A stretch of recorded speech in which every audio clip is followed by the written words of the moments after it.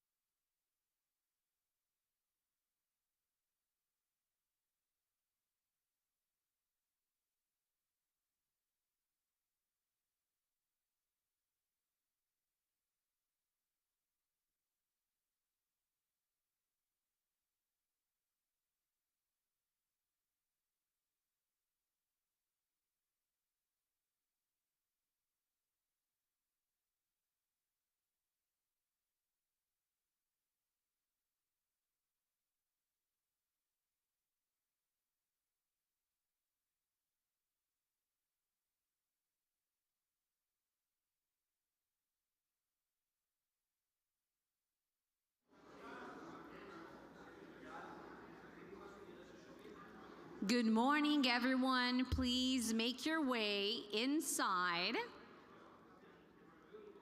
I promise you that the coffee machine will remain there all day long, so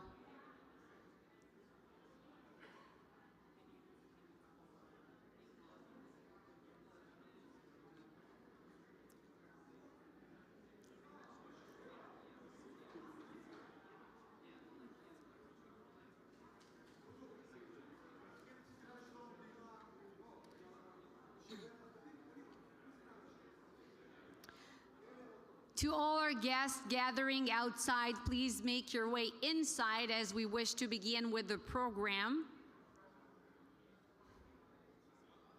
We'll have coffee and muffins all day long.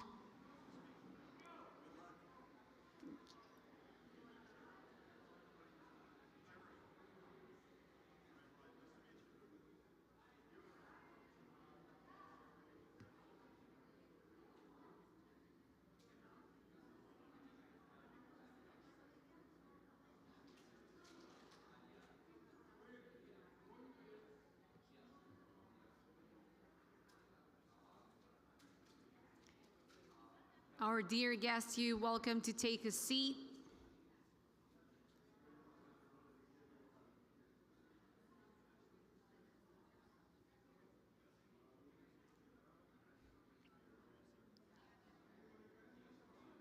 You can bring your juice and coffee inside and sip them here as we wish to begin and start the program.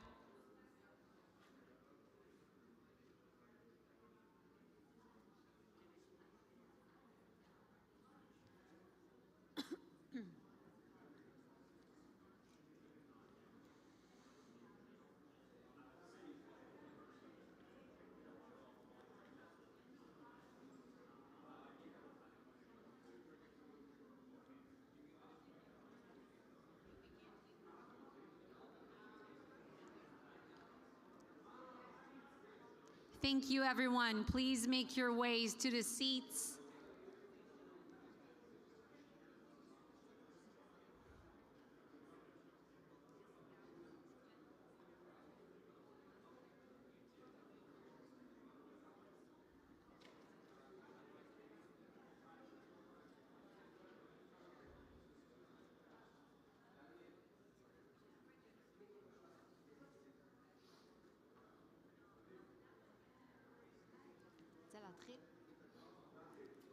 Okay.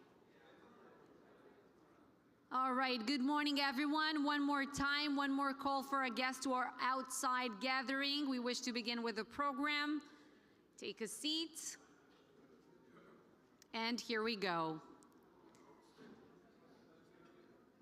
Good morning, everyone. It is truly a pleasure to be your MC for what promises to be a fascinating, festive day that we have here ahead of us with terrific speakers and panels in the program. On behalf of the Besheva Media Group, we are very thrilled to bring the Jerusalem Conference to Miami for the very first time, and we appreciate your presence here today as we jumpstart together a new tradition. And we're doing so at a moment when the stakes for Israel's security and Israel's future in the Middle East and for overall Jewish identity worldwide could not be higher. Where are we heading in this so-called post-war period? Is it really over? What kind of political visions do we need, do we want to secure our goals? Here today, welcoming you, joining in, welcoming you to this conference are Dudu Saada, the chairman of Besheva and the chairman of this conference, and David Dudi Finkler, also sitting here, the Deputy CEO of Besheva and the Chairman of the Jerusalem Conference. My name is Tal Heinrich and I'm an Israeli journalist. I've been in New York since 2017, and on October 7th I was appointed by the Prime Minister as a spokesperson to the foreign media. I took the very first available flight that left Newark on that day, and I was in Israel for several months and have done hundreds of on-air interviews ever since, making sure that the Jewish state's voice is being heard loud and proud in the most justified war in our modern history. I nowadays anchor a closing bell program from the New York Stock Exchange for Israel's only business channel. And I have had the privilege to be involved with the Besheva group with the Jerusalem Conference since 2022. After 6 in the morning, we in New York. Up by the alarm of and the today this opportunity is all the more so exciting for me personally as my family and I, after 8 years in New York, are preparing to move to Florida in a month. Or rather, make aliyah to Boca, as they say over here. So it's just the second time I've announced it publicly, so it's also very especially meaningful today. And I have to tell you that being here makes one wonder, what took us so long? And now, to officially open this day, I am honored to invite a real Floridian who also happens to be my favorite person to sit next to every time when the Prime Minister delivers those powerful speeches at the United Nations. The inspiring Tila Falik, a Jewish community activist, philanthropist, and a delegate at the World Zionist Congress. She was also recently appointed by President Trump to the board of the U.S. Holocaust Memorial Museum. And well, it's worth saying that the Falik's family's steadfast support for Israel and the Jewish people obviously is felt in countless ways, both in Israel, at home, and abroad. And just yesterday, Tila received a new title as the ambassador of the Miami Regional Council. That's new. So Tila, good morning.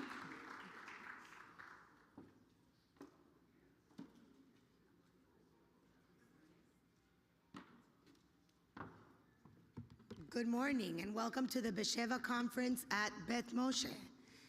I actually went to preschool here, so this is where I started, and I'm very honored to be back here again in a professional capacity with our dear friend Rabbi Jory Lang. For some of you that may not know how this works, the conference will be the entire day. There will be people coming in and out, but it is televised and there's a live feed the entire time. So everything that is happening in here, we hope that tens of thousands of people are watching, not just in Israel, but all over the world. And if there's an empty seat next to you, just know that there's thousands of people filling that seat while we're sitting here. So don't worry about that. I was raised right down the street in Bal Harbor in a beautiful community, and thank God I was raised with a very deep-rooted connection to Israel. I knew growing up that we had to be connected to Israel, but what did that mean? It meant doing something for Israel every single day. It meant waking up in the morning, saying Modeh Ani, and continuing our day thinking about how we could contribute to the society in Israel.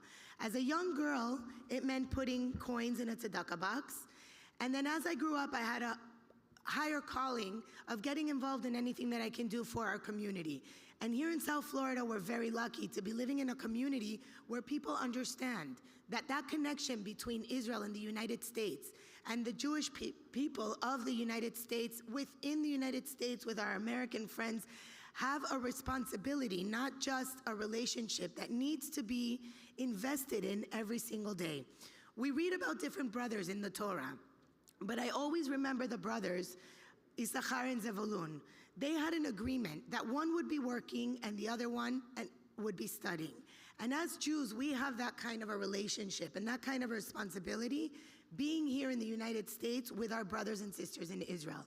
We may be working here. We may be living here. We may be physically enjoying our beautiful sunny weather all the time, but we know in South Florida that we have a deep-rooted connection and we have a responsibility. I am blessed to be living in a community that gets it.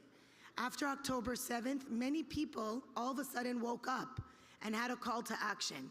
I don't think that for us it was a wake-up call, because I think that we understood that for many, many years living here in Miami. But all of a sudden, we got awoken, all of the Jews, and by the way, many Christian friends and many American friends from all over the country came together with one message, and that was that to support the Judeo-Christian values and save Western civilization. Israel is a little beacon of light across the ocean, but it represents everything that is true, it represents everything that is good, and it represents everything that is important, that all of the religions of the world base everything that they believe in out of this little country that happened in Israel. And it's not by coincidence that we are in a shul that represents exactly those values. And Rabbi Lang, you've been a very good friend of my family's and of the community for many, many years.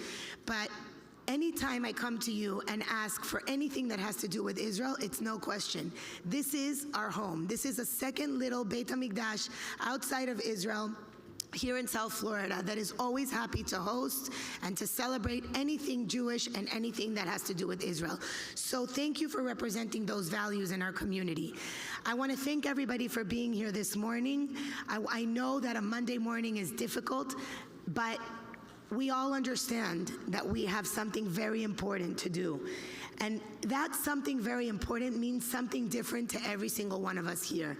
Some people have been incredibly involved with helping soldiers. Some people have been involved with helping widows and orphans. Some people have been involved with supporting the government. Whatever it is that you do something. And when we help Israel, we're helping ourselves, we're helping America, we're helping the free world. Because today we're living in a world, unfortunately, where truth doesn't really matter. And Israel, that we got our name in this week's Parsha, comes from the word yashar. We are true. We care about the facts. We care about what is going on in the world with ourselves and with everybody around us. Israel has gone around the world to help other countries and other people that have been in crisis. And these last 2 years, it was Israel's turn. It may seem like we lost the PR war. I don't believe we lost the PR war. I believe that we are winning every war, because the fact that Israel is on everybody's map and the fact that everybody is talking about a little tiny country on the other side of the world that's smaller than the state of New Jersey tells us that we're doing something right, because everything that is good, we represent that, and that is what is wrong with the world that we are going to fix. So we are very lucky to be living in miraculous times, a time where we have a free state of Israel, a time where we have wonderful leadership both in Israel under Prime Minister Benjamin Netanyahu and here in the United States under the leadership of President Donald J. Trump. We are living in historical moments in time that we will read about, and maybe our children and grandchildren will one time say that their grandparents and that their friends were a part of something bigger. And that's why we are here. So thank you for being here this morning. I look forward to hearing from all of our incredible guests.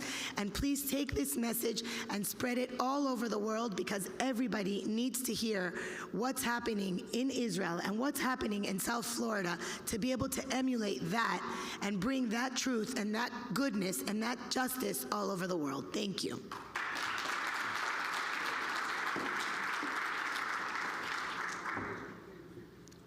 Powerful words. Now please rise for Hatikva.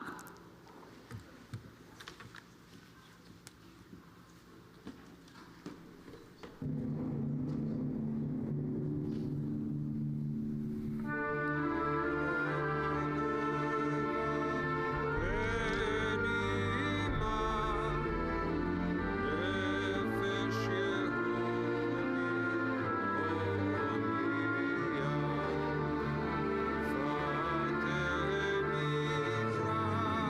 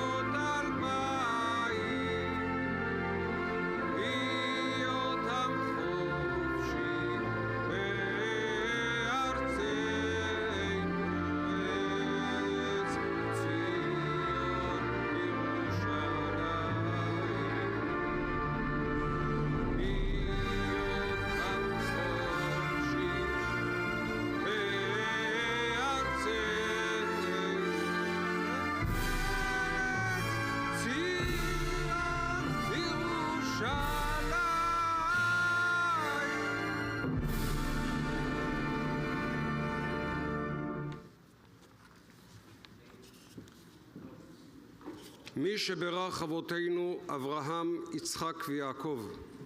הוא יברך את חיילי צבא ההגנה לישראל ואנשי כוחות הביטחון, העומדים על משמר ארצנו וערי אלוהינו, מגבול הלבנון ועד מדבר מצרים, ומן הים הגדול עד לבוא הערבה, ביבשה, באוויר ובים ובכל מקום שהם.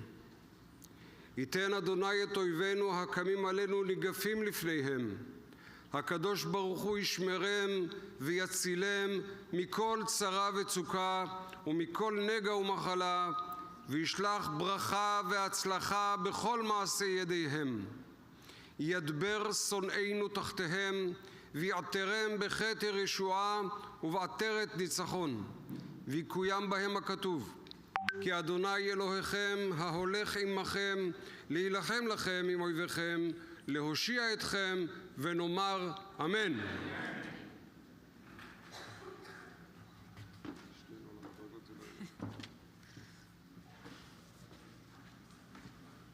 Thank you, Dudu Saada, the chairman of Besheva Group and of this conference. I am now honored to invite to the stage Rabbi Jory Lang, who has served as a spiritual leader of the Bet Moshe congregation in North Miami since 1989, and also take this opportunity to thank this wonderful congregation for hosting us here today.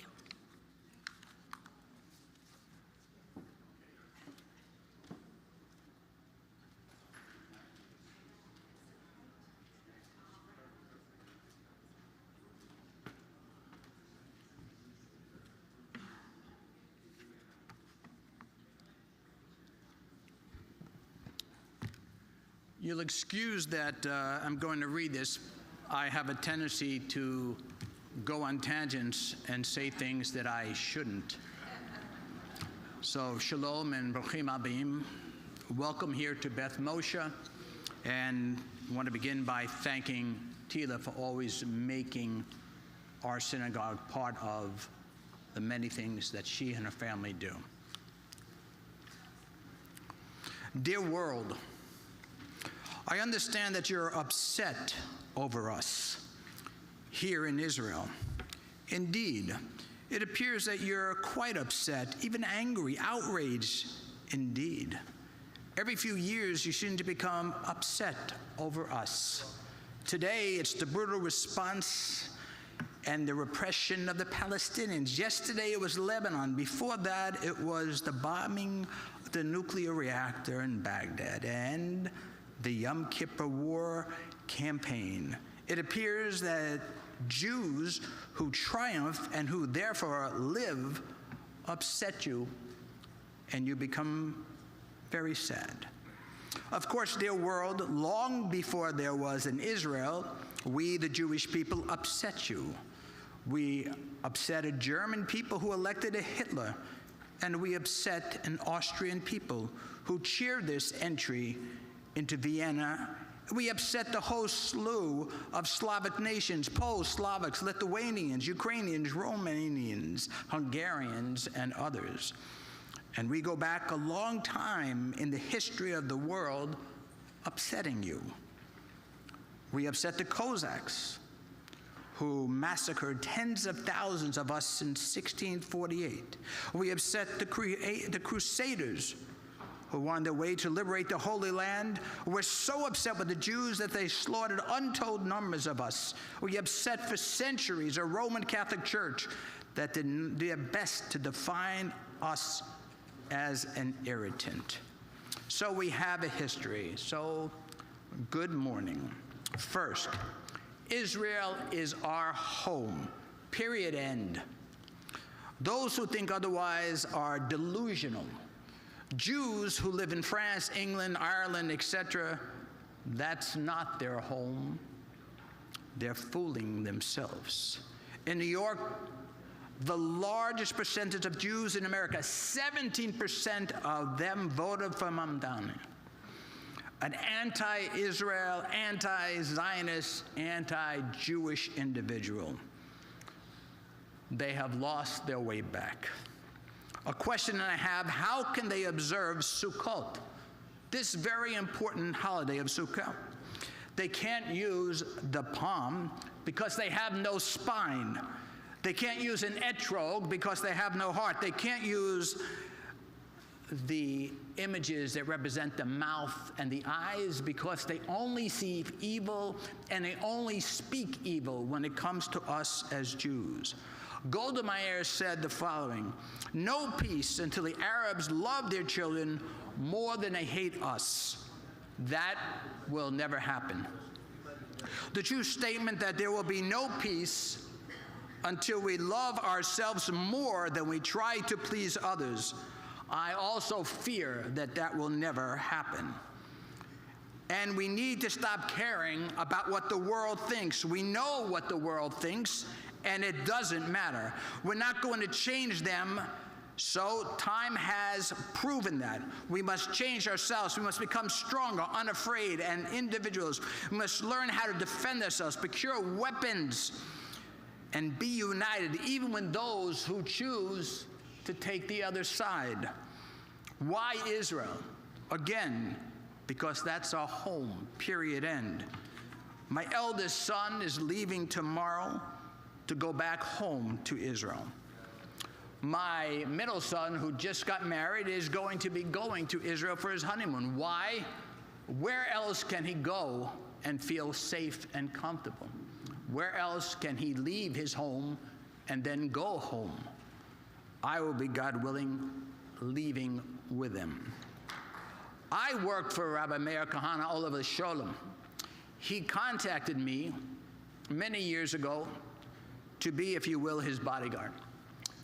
I spent 2 years in Hebron with him and traveling around the world. I want you to know, when we went into the Shuk Carmel, the Arabs greeted him with respect because there is a respect for strength. People constantly mistake our kindness for weakness. I think we just proved that that's not the case. We are anything but weak. The biggest problem that I had when we went to the universities, it was the liberal Jews who were anti-Zionists that would throw balloons on a constant basis filled with fake blood. We have to fight very hard with those who have lost their way.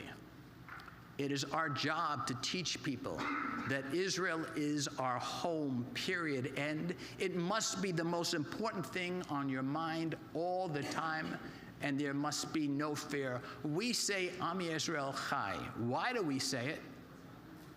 We have no choice. Understand that. People chant, Am Yisrael Chai. But it's because we have no option. We have no choice.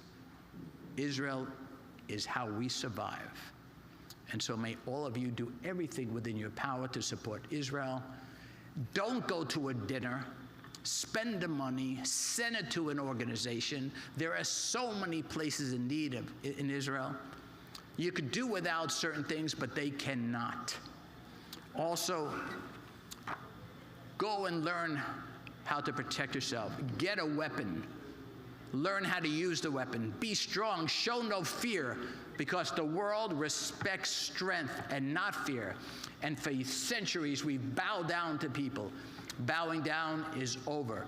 It's their turn to bow down to us. May we see peace.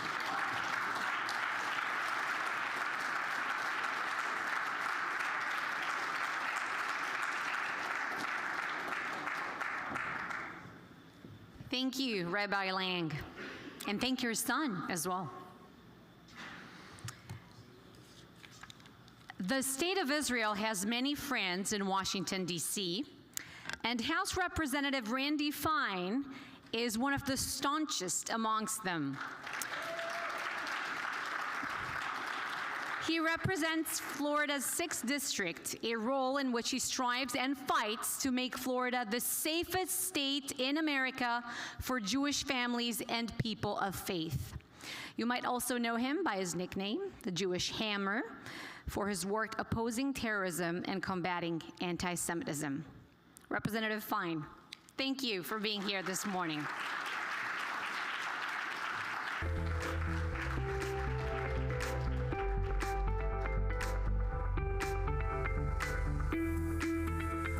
Good morning. It's an honor to be here on a day when I don't have to be in Washington. I'll be heading from here back. But let me say, I appreciate all of you making the time here on a Monday morning to talk about this subject of Jerusalem and Israel. Let me tell you a little bit about myself and then why this matters. I am one of the newest congressmen. I've only been in Washington for 8 months. I was elected on April 1st of this year. It was not an April Fool's joke. I got sworn in on April the 2nd, and I am the newest Jewish congressman in the United States Congress. I'm the first Jewish Republican ever elected to Congress from Florida.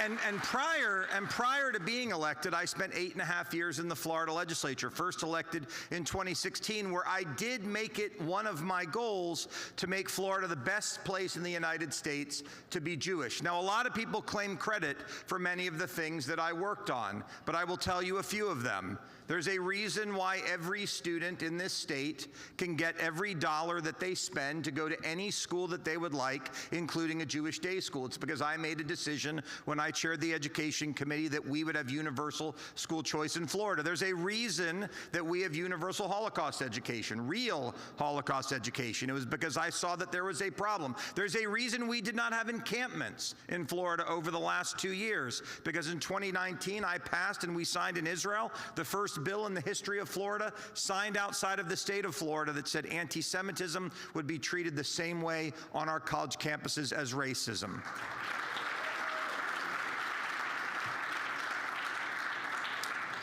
And there's a reason why we don't have protesters like you see in New York and other places block our streets.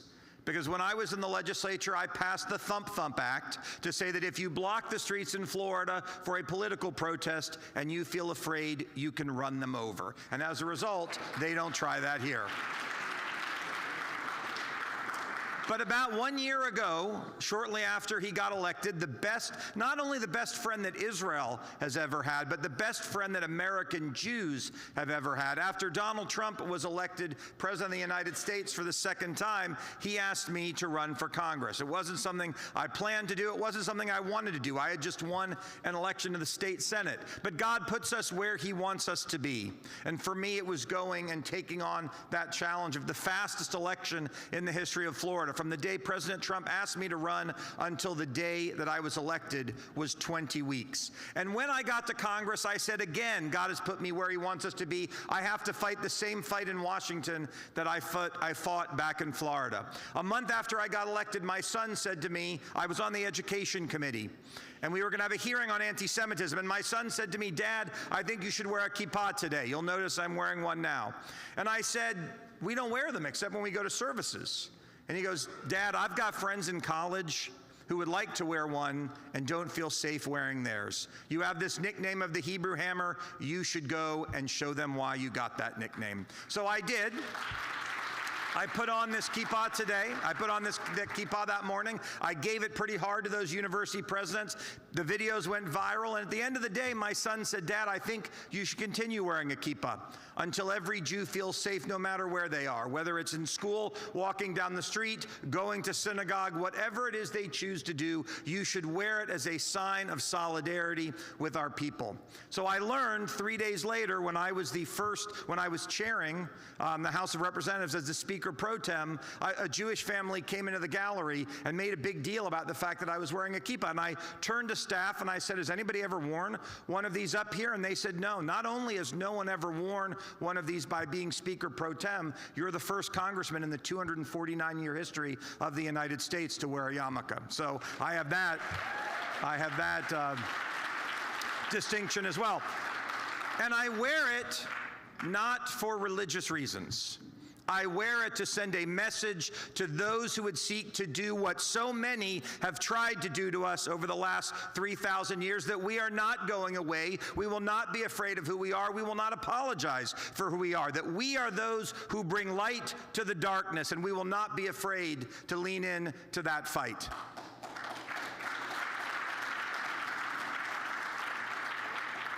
But we do have a fight on our hands. One would have thought that October 7th would have been a call to end anti-Semitism around the world. The worst day for the Jewish people since the Holocaust. A true genocide where Muslim terrorists, not just from Hamas, but civilians as well, so-called civilians, go into Israel to kill every man, woman, and child they could find, who were only repelled because the IDF came and stopped them. One would have thought that would have extinguished anti-Semitism, that there would have been an outpouring of grief and sadness and sympathy that would perhaps have put this oldest form of hate to rest. But no, October 7th ignited anti-Semitism. It brought back the blood libels that we have heard over and over again. It has made people empowered, not only on the left, but now on the right as well. And so as long as I am in Congress, I can promise you this: I will not back down from those not only on the other side, but on my side as well. It is no coincidence. It is no coincidence. Thank you.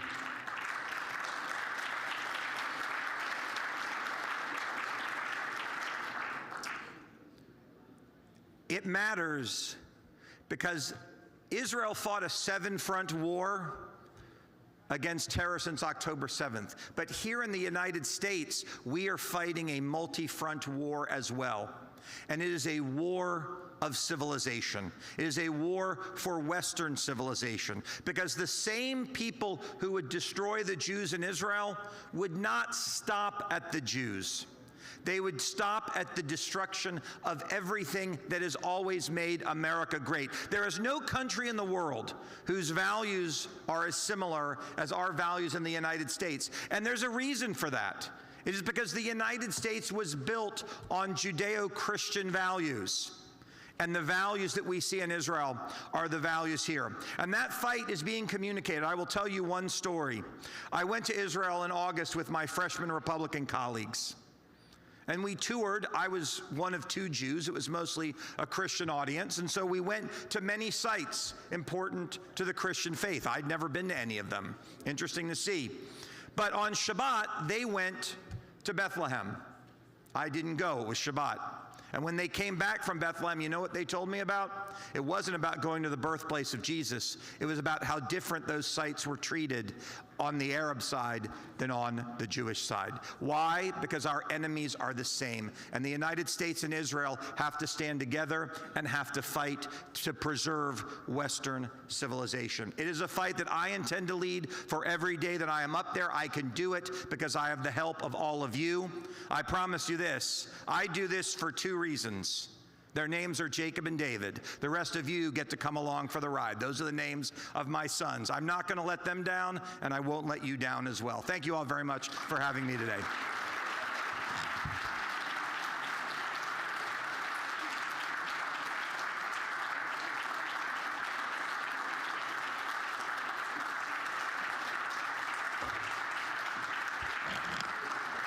Thank you so much, Representative Randy Fine. I'm also doing it for two reasons. One is David, and he's at home in New York. And the second one is here with me, and I'm looking for names. So Jacob and Ethan are great names, by the way. I'll consider. Also here with us this morning is the mayor of Miami Beach, Mr. Stephen Miner, who was recently reelected with a very clear commitment and vision to make Miami Beach the best and safest city in America. Please welcome Mayor Miner.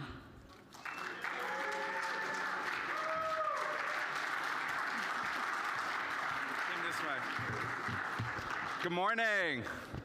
So, we all know that the Jewish people are at war. Not the same war that the IDF, thank God, is fighting on the battlefield with their lives. And we all know, and I say this all the time, the IDF is not only saving the lives of the Jewish people and every citizen of the state of Israel, they are saving our lives here in America, in Florida, and in Miami Beach. But we all are fighting a war. And what I wanted to talk about today, because that's one of the reasons why I wanted to come to this conference, is to hear what everyone is doing. We're all soldiers in this war. Everyone in this room is fighting in their own way and serving an extremely important purpose. But today I wanted to focus a little bit on what Miami Beach is doing and what I'm doing to help in fighting that war as we all are fighting. We had demonstrations early on after October 7th. I wasn't even mayor yet. And we had these pro-Hamas, anti-Israel demonstrations that were very vocal. They were getting a lot of media attention because they were literally standing in the most prominent places. And then they started surrounding and harassing our residents, screaming in their face, "Shame on you."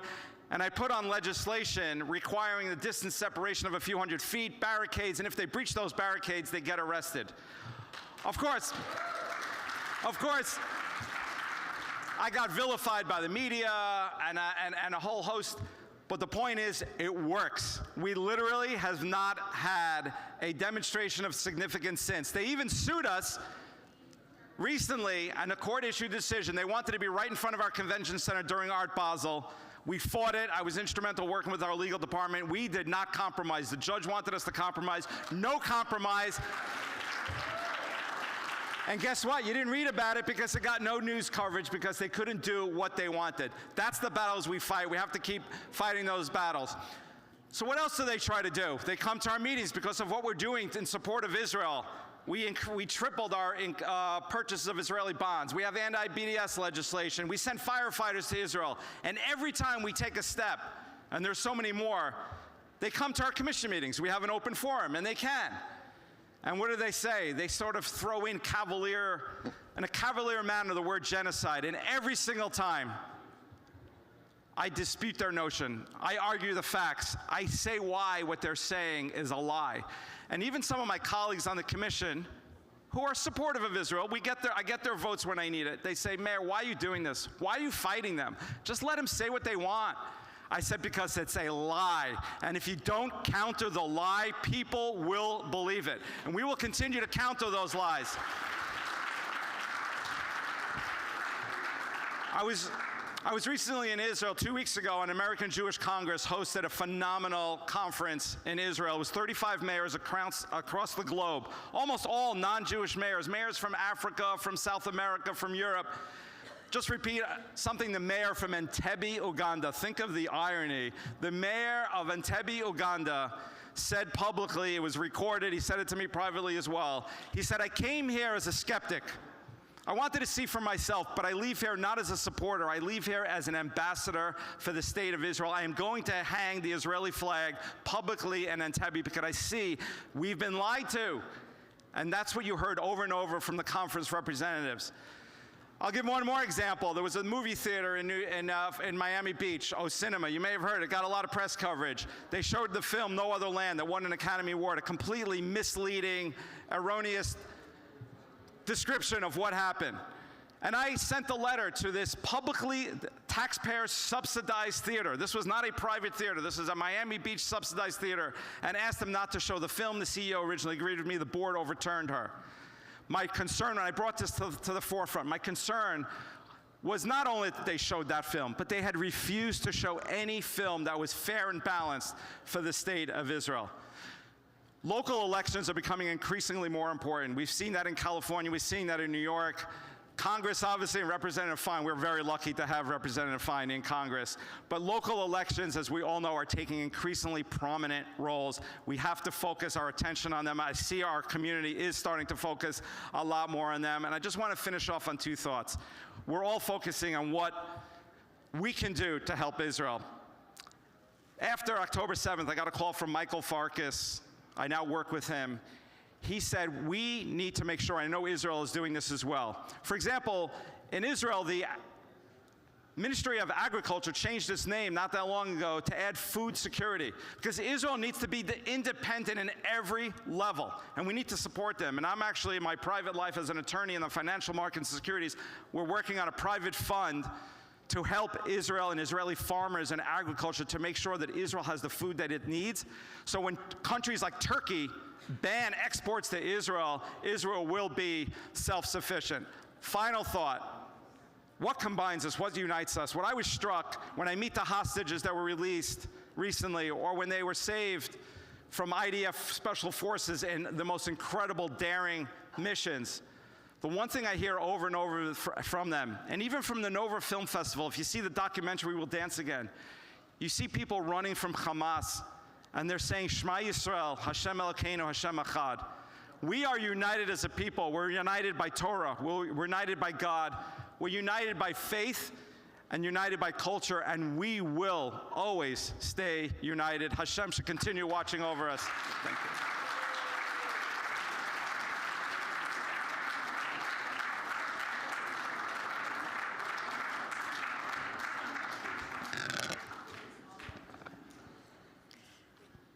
Our next speaker is IDF Brigadier General Amir Avivi, the founder and chairman of the Israel Defense and Security Forum, IDSF, a group of over 55,000 reserve officers and operatives who are dedicated to guiding the narrative of Israel's national security needs. They believe that Israel's security must be anchored in its ability to protect itself by itself while actively thwarting threats to its safety. Amir.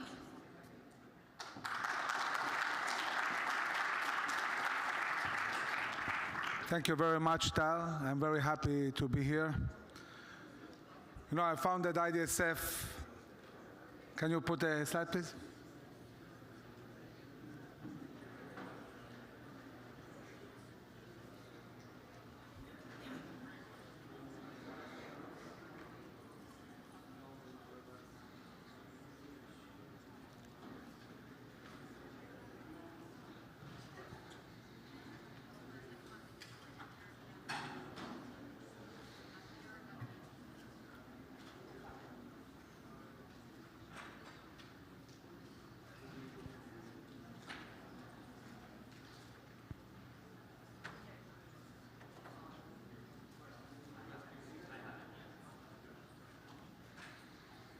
Thank you very much. I founded IDSF 5 years ago, really with the vision of the big question of what is needed to secure Israel for generations to come. And I can say that really we were focused a lot on, you know, the army and the Shin Bet and the Mossad and how to defend our borders, really focusing on many issues of importance. But lately in the war, I found myself dealing with something very differently, which I've never lectured before about, but I've dealt with a lot with my organization in the last 2 years, and this is the issue of energy. I can tell you that we in IDSF, when we talk about national security, we say national security is first and foremost about national values. It's about our connection to Judaism, to Zionism. It's about spirit. And from the 7th of October, I've been saying again and again, this war is going to be won decisively, first and foremost because of our spirit. But you know what we say in Pirkei Avot, Im en kemach, en Torah. If there is no flour, there is no Torah. Spirit is not enough. There are some things in life that are physical, and we need to take care of that. So one of the things we saw in this war is that 2 weeks into the war, we had no munitions. We were completely dependent on the US, and the US embargoed us in the middle of the war. We understood we need munitions independence. And today, Israel is moving rapidly towards the capability to be completely independent, talking about the production of munitions. When COVID started, there was a big question whether Israel will have flour to make bread. There was a huge crisis, and we understood that our country needs also food security. But there is one thing we don't talk about at all, and this is energy security, and this is something I want to talk about here. So how important is energy? Look at the Russian-Ukrainian war. From August last year, this year till now, the Ukrainians attacked 58 times Russian energy sites, refineries. They sent drones 2,000 kilometers into Russia to attack energy sites. Why? Without energy, you go back to the Stone Age. Without energy, you cannot conduct war. And this is something that in modern warfare is very, very clear. Energy sites are usually easier to attack. You cannot put everything underground. And this is a major target today in war we need to take in account. Now, when we look at Israel, Israel has developed a lot its energy capabilities. We are still small, talking about renewable energies, solar energy, and other issues. We were a bit dependent on coal for a certain time. We still use a lot of oil, crude oil, which we refine. And of course, Israel has become a major power. Talking about gas, we found a lot of gas in the Mediterranean Sea, and most of the energy today Israel uses to power its electricity and plants is based on gas, but still we are very, very dependent on crude oil. Now, oil is easy to get. Many countries sell oil, and there are many ships around the world that you can buy and get oil to Israel. But oil needs to be refined. And Israel has two refineries. One is in Ashdod, it's very small. It has a very limited capability, and our main refinery is Bazan. Bazan is in Haifa. And what does it mean to refine oil? What does it mean? It means you get crude oil, and then it undergoes a process of heat, and depends how much you heat it, you get different products.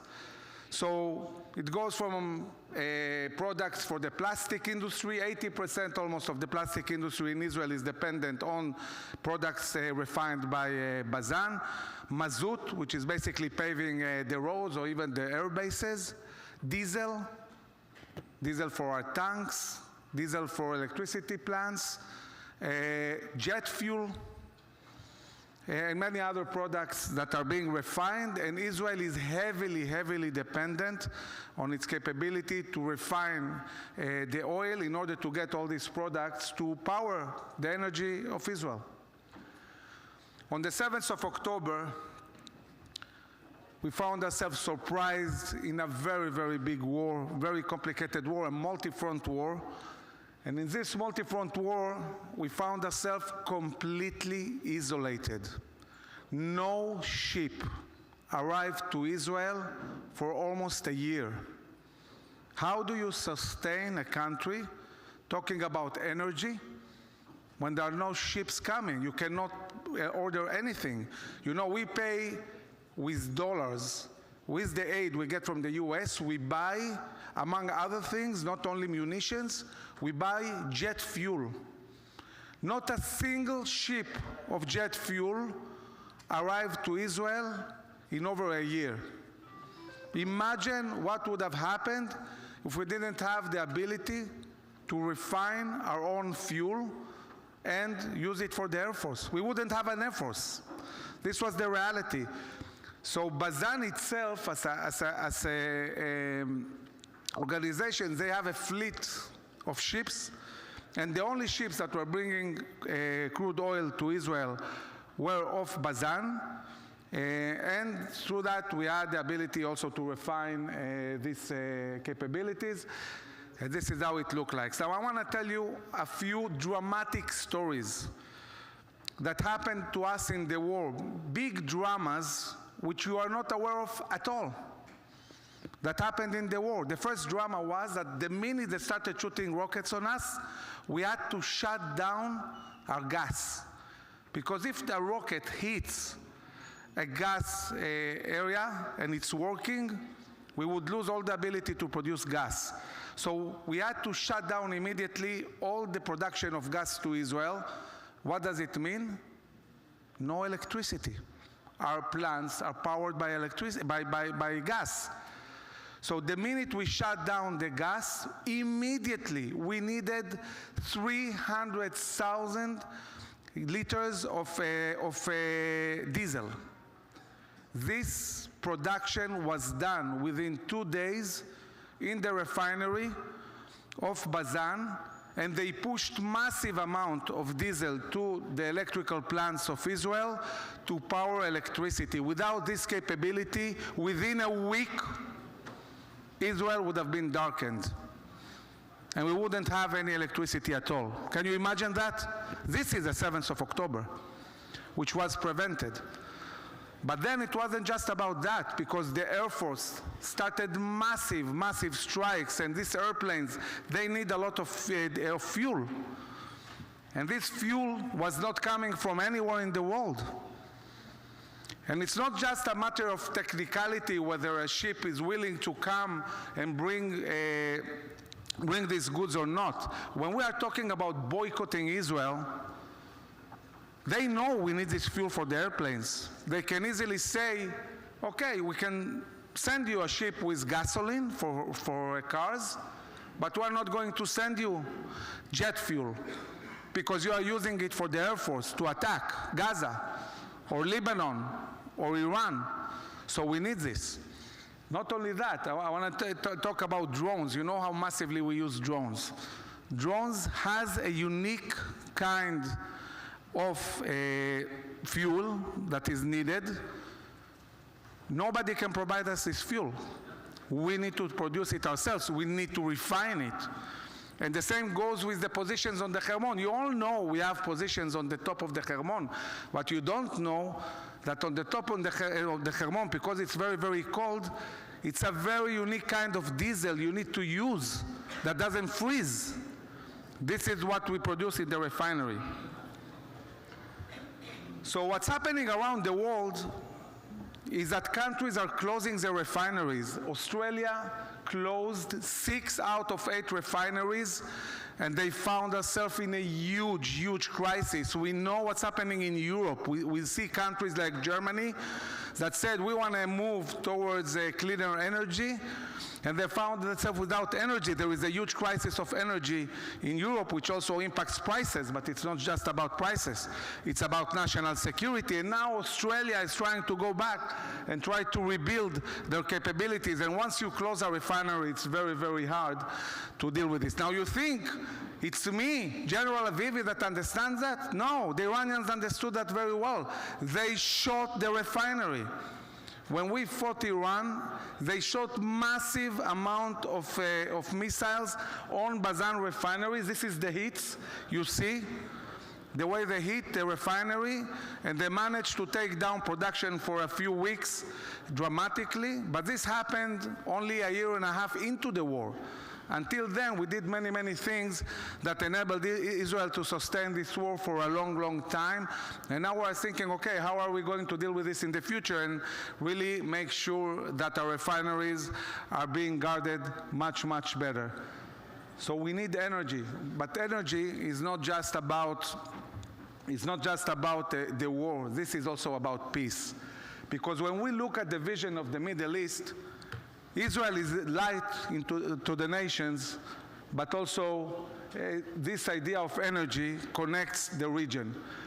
I want to tell you that the biggest interest Saudi Arabia has, and the Emirates, putting aside for the moment the issue of security in Iran, is moving energy from the Persian Gulf with a pipe that exists that goes all the way to almost Eilat, and with this pipe they can move massive amount of crude oil directly to Eilat, and from Eilat to Ashkelon, and from Ashkelon to Europe. When we'll sign these peace agreements in the coming year, one of the most important aspects is going to be that Israel is going to become a global corridor of energy. All the oil of the Middle East is going to go through Israel from east to west, but also from west to east. And this corridor will run from Eilat to Ashkelon. This corridor will be also a corridor of communications that is going to connect internet and so on from east to west. This is going to ensure endless supply of oil for Israel that will go through our pipes, so we won't be so dependent on these ships that we need to bring each time to our ports, and especially talking about the challenges in a time of war. So I want to tell you something you didn't know. another 7th of October has been prevented in this war, and this is an energy 7th of October. And the amazing thing, and why am I even standing talking about that, is because the previous government took an unbelievable decision. They decided to close the main refinery of Israel. And this decision might bring Israel on the verge of a huge crisis of energy in the next war, and will make Israel dependent. So we in IDSF today are working relentlessly with the government, with the Ministry of Defense. We stopped this decision now. We said to them, look, you took the decisions before the war. Everything changed. Now we know really what it means to be able to refine oil in Israel and why we need it for our independence. And now this process has been delayed, probably stopped, and we are calculating again what we need for the future to make sure that Israel will be energetic independence. So we are looking now at three main vectors: food independence, munitions independence, and air energy independence. Thank you very much.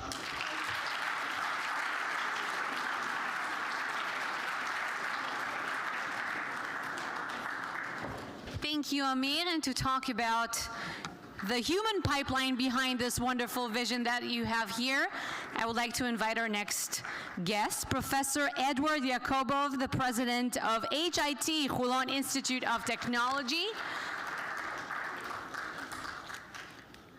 to join me here on stage for a conversation. We just need our microphones with us.